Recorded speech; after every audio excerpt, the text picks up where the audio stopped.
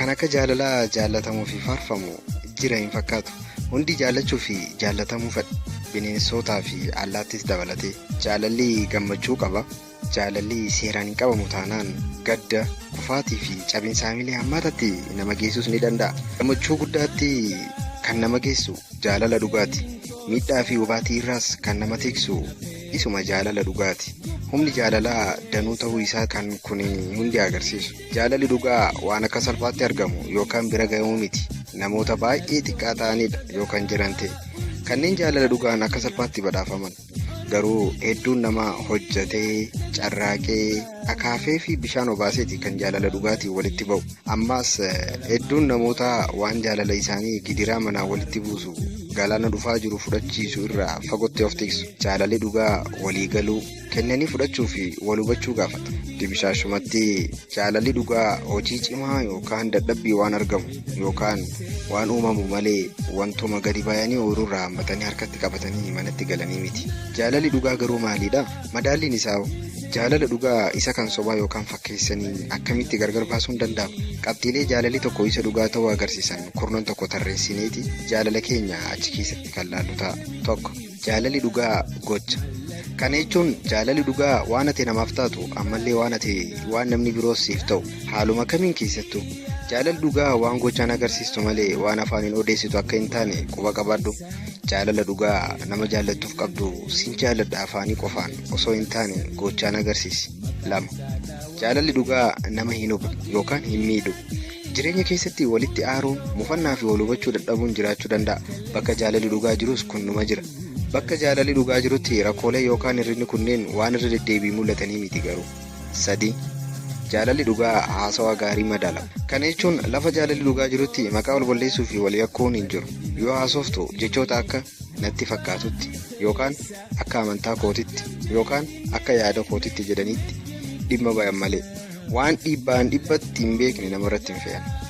Jechaa fi shakkiidhaan waladheessuun ganda jaalalli dhugaa jirutti miti kun kan heddummaatu. 4. Jaalalli dhugaa waan jaalannu akka wareegnuuf nu hin gaafatu. Kana jechuun jaalalli dhugaa waan jaalannu maatii, hiriyaa fi fira keenya akka dhabnu yookaan gargar baanu hin eeyyamu. Namni wantoota jaalatuun gargar si baasuuf carraaqu jaalala dhugaa siif akka hin qabne hubadhu. Jaalalli kee madaalaa ta'uu qaba gama hundaanuu. Namni jaalala dhugaa siif qabus kanarratti si jajjabeessa waan ta'eef. 5. Jaalalli dhugaa nama jaallattuu fi kanneen biroo gargar baasuu irratti hundaa'a. Kana jechuun maatii fi fira jibbii jechuu miti. Namni ati jaallattu hunda irra akka jaallattu, yeroo keessa waliin galaafattu, bakka kamuu jiraattu, akka yaadattu sirraa eegu. Kana hir'isuun keessumattiyyuu yoo walirratti kuusame balaa inni fidu maluu guddaadha. 6. Waa'ila gaarii harkatti galfachuu fi dursii nama gaarii ta'i. Kana jechuun nama kaayyoo qabu dhimma isaa to'achuu fi waan barbaadu harkatti galfachuuf carraaqqatu ta'uun jaalala barbaadu argachuufis ta'ee isa harkaa qabdu cimsachuuf si gargaara. Gufuuleen jireenyaa fi jaalalaa bakka hedduutti si rukutanii jiran taanaan bu'uura rakkoo sanii sakatta'i gara fuulduraatti waan fooyya'insa qabu hojjedhu irratti fuulleeffadhu. 7.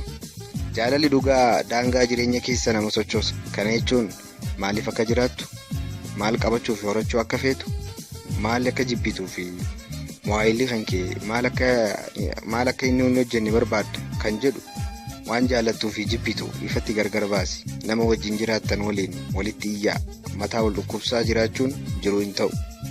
Duruma kaasii yoo uumame moramtee alatti nagee yookaan deemee jechuu danda'uu qabda malee wanti yookaan dogoggorri uumamu tokko kan hiree lamaffaa yookaan sadaffaa kennamuufis ni jiru. Hanga barbaachisu wal obsuun immoo of sobuu yookaan nama murtee ta'uu dadhabuu yalaqqisa waan ta'eef. 8. Jaalalli dhugaa kaayyoo fi ka'umsaan guutamuu qaba. Akka nama dhuunfaattis ta'ee akka waliiniitti. Kana jechuun lamee wal jaalatan yaadaa fi karoora isaanii bakkaan ga'uu irratti wal deeggaruun alatti furmaata biroo hin qaban. Waan waa'illi kee jireenya kee keessatti fedhu gargar baasii hubadhu, deeggarsaan bira dhaabbadhu. 9. Jaalalli dhugaa miidhamaa of godhanii of kaayuu hin fedhu. Kana jechuun waan uumame hundarratti to'annaa hin qabu waan jedhu dhiisi. Irra jireessi waan uumamu hayyama keetiin alatti hin uumamu waan ta'eef hir'inaa fi rakkina qabdu hundaaf sababa tarreessuu dhiisi. Itti gaafatamummaa fudhachuu akkamitti akka fuulduratti tarkaanfachuu qabdu irratti jabaadhu hojjedhu. Jireenya kee irratti shufeera ta'e. 10. Kaayyoof jiraadhu. Maal akka barbaaddu ifatti beeki. Kana jechuun of fooyyessuuf maal bifa fooyya'insa qabuun hojjechuu akka qabdu beeki. Jaalalli dhugaa kan walii